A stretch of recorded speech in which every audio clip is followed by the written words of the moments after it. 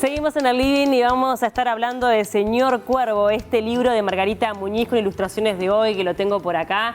Gracias a los dos por acompañarnos. A ti, Un gusto recibirlos acá en el living. Y bueno, yo les comentaba antes de estar al aire que se lo leí a mis hijos chicos y lo disfruté creo que un poquito más yo que ellos. Contame un poquito, Margarita, cómo es que nace la idea de Señor Cuervo. Lo he dicho algunas veces ya, pero bueno, las cosas surgen porque se imponen en un deseo de ser escritas. Y la anécdota es, sí, que vi un hombre vestido de negro que caminaba muy solo en la calle y eso me disparó la reflexión, es un cuervo y a partir de ahí la historia. Pero es algo que es como un impulso fuerte que necesita ser escrito, ser vestido de palabra. Tal vez primero es un desorden, pero después es la palabra tratando de armar texto. Y bueno, y resultó en esta historia de este cuervo que primero era apenas un cuervo y luego fue creciendo conmigo y luego juntos y devino en Señor Cuervo. Precisamente en ese camino que hace de búsqueda, de buscarse a sí mismo y bueno, que soy, ¿no? Bien, totalmente. Sí, de verdad que es un libro que uno pensaría a priori que es para niños, pero después se da cuenta de que un adolescente o hasta un adulto podría llegar a disfrutarlo porque hay un montón de mensajes de repente ocultos en la historia. ¿Por qué fue importante la participación de Ogue desde el principio? Bueno, esto es bien lo primero, el relato se me impone y Horacio es mi elección, es mi pedido, es mi búsqueda, es mi amigo y entonces acudo a él porque yo estoy pensando algo que confluye, que es un cuervo que se cree hombre y entonces estoy juntando esas dos significantes, ¿no? Y preciso a alguien que era él. Y ahí se lo propuse, pero él lo puede decir mejor que yo porque ese es su métier. Bueno, ¿cómo fue encontrarte primero con el texto? En realidad no, me interesa también explicar que con Margarita nos conocemos a través de su hijo, porque yo le daba talleres a Santi hace muchos años y ahí tuve la fortuna de conocerlos a todos. Y bueno, yo lo recibí muy bien. En general yo necesito siempre una zanahoria adelante para poder producir cosas, ¿no? Me siento más motivado. Y había un concurso en España que se hace anualmente, de los muchos concursos que hay. El concepto es álbum ilustrado, porque esto obedece al álbum ilustrado, donde el texto tiene la misma importancia que la ilustración, o al revés. Entonces dijimos, bueno, me parece que hay una buena oportunidad para producir y enviar al concurso. Esto es del año 2015. 2016, ¿no? 2015. 2015. Y bueno, fueron al menos 3-4 meses que me llevó a mí el trabajo de las ilustraciones. Ella escribió el cuento en un periquete, o sea, fue una cosa rapidísima, que incluso no estoy desestimando ni subestimándote, pero sí ese cuento que ella elaboró en ese momento, después incluso ahora, cuando se pasó a la editorial y se trabajó con el editor, tuvo muy pocas modificaciones. Y bueno, la instancia de poder jugar y arriesgar también, ¿no? Con las imágenes, hacerlas muy oníricas, cosa que también con Marga se dio muy bien ese vínculo, ¿no? De conversación, de poder arriesgar, ¿no? De transformar espejos en ojos, de transformar túneles en bocas de león, en transformar cucús de relojes en cuervos. Y bueno, eso tuvo mucho que ver la interacción, el buen diálogo también, la tolerancia y todas esas cosas que ocurren para que dos personas puedan trabajar juntas. Convivir y trabajar juntas. Totalmente. ¿No? Ahora, tú de entrada, Margarita, ya te dabas cuenta de que este libro no era únicamente para niños como uno podría llegar a percibir cuando lo recibe.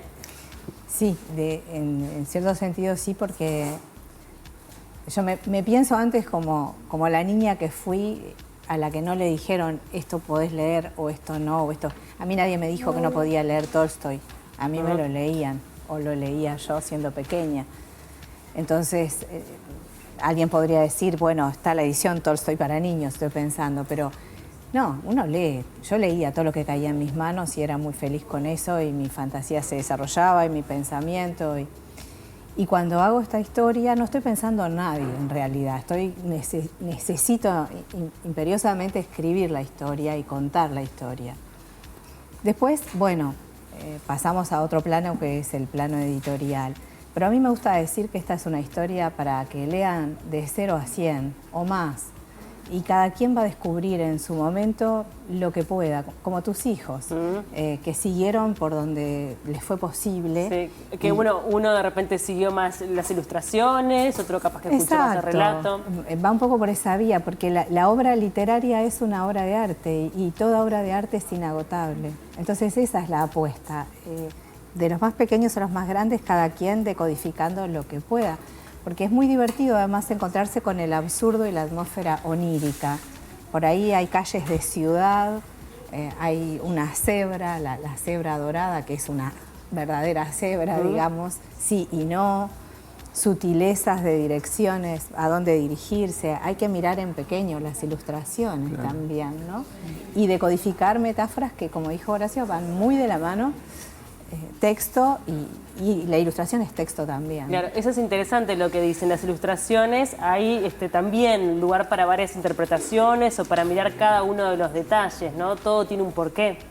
La ilustración además, como yo lo interpreto y como he aprendido, porque también esto se aprende de los grandes, para mí va en un camino paralelo a la literatura. ¿Me explico? O sea, no va montada sobre la literatura, no es una carretera que va encima de la otra. Va transcurre en forma lateral y es paralela y en algún momento se junta. Entonces, ¿qué quiere decir eso? Que tiene independencia. Por eso también aparece esa cosa medio esquizofrénica de visualizar cosas que parecería que no tienen que ver, pero que tienen que ver. O que al menos inducen a otras lecturas, ¿no? O sea, la huida del cuervo... también es temerosa la huida. Claro. O sea, él se va porque necesita irse, pero no es tan fácil irse. Por eso aparece el león. O sea que yo creo que hay cosas que intimidan y hay cosas que recepcionan y reciben y son más generosas, ¿no? Más generosas en la empatía. Totalmente. Pero en realidad este es un viaje que transitamos todos en la vida y que quizás todavía tengamos que seguir haciéndolo para seguir aprendiendo, ¿no? ¿Por qué decidieron que algunas de las ilustraciones estén en blanco y negro y otras en color?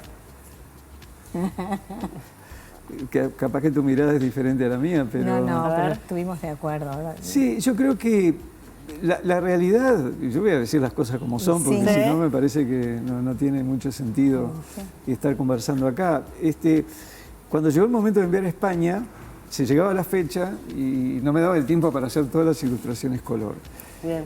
Y trabajé en un concepto más de boceto, las ilustraciones blanco y negro, para dar la idea, digamos, acabada del libro, pero no.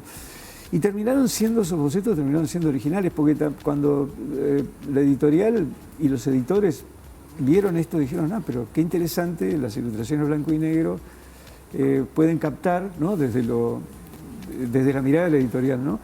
Un público adolescente, ¿no? Con el blanco y negro. Y a su vez hay otras lecturas, porque lo interesante de esto son las lecturas que empiezan a aparecer después y dicen, no, pero lo más oscuro, lo más dramático, o lo más o la ciudad ¿no? Plagada de alguna cosas. manera. ¿Tienes otra lectura vos, Margarita, de esto? No, acompaño todo esto, pero es también las páginas que remiten a la imagen de la ciudad, de las personas que van alienadas por la ciudad. Dentro del relato hace a un quiebre, y a un quiebre que queda muy bien, porque venimos en el color y caemos en el blanco y negro, pero también metafóricamente hay una oscuridad reinante, hay un apagamiento, porque ningún humano de los que va caminando mira a los ojos, no se encuentra con nadie. Claro. De verdad, porque van alienados, como la gente que vemos en el ómnibus, que van, menos el chofer y yo, después todos van mirando sus celulares. Es verdad. Es así, da cuenta de esto. Y si te fijas, ahí donde está en blanco y negro, está el señor Cuervo muy pequeño a color. Se va diferenciando, exactamente. Sí. La verdad que es un libro maravilloso para poder compartir en familia, para leer más de una vez en diferentes momentos, para también ir disfrutando las ilustraciones con diferentes miradas o con más atención, porque hay un montón de cosas que están por allí ocultas. ¿Se puede adquirir en todas las librerías del país? Entendemos que sí, Sí. No nos encargamos, Si pero sí, Planeta el no lo hace, Planeta lo nosotros estará no lo vamos a haciendo. hacer jamás. Probablemente Claro. sí. Sí, seguramente sí. Es un muy lindo regalo para hacer o para hacerse uno mismo. Y me imagino que están trabajando en algo nuevo juntos, que esta dupla comenzó o llegó para quedarse, ¿o no? Yo creo que lo que estamos haciendo es que cada uno sigue transitando por sus cosas. Somos muy libres. Somos muy libres, Muy ella amigos y con, muy libres. con el psicoanálisis y con la literatura y con la poesía y con una cantidad de cosas y yo con mis cosas. Pero los caminos, confluyen. Son paralelos, como te decía hoy, pero en algún momento van a confluir nuevamente. Y seguramente sí, y ojalá que podamos hacerlo porque esta experiencia fue desde lo humano, fundamentalmente desde lo humano, fue Claro. muy buena. Qué lindo. Bueno, muchísimas gracias a los dos por acompañarnos. Gracias a ustedes. Fue un gusto recibirlos acá Gracias en a el living y vos. los felicitamos por la obra. Gracias. Y lo Muchas mejor para el gracias. programa Gracias. también.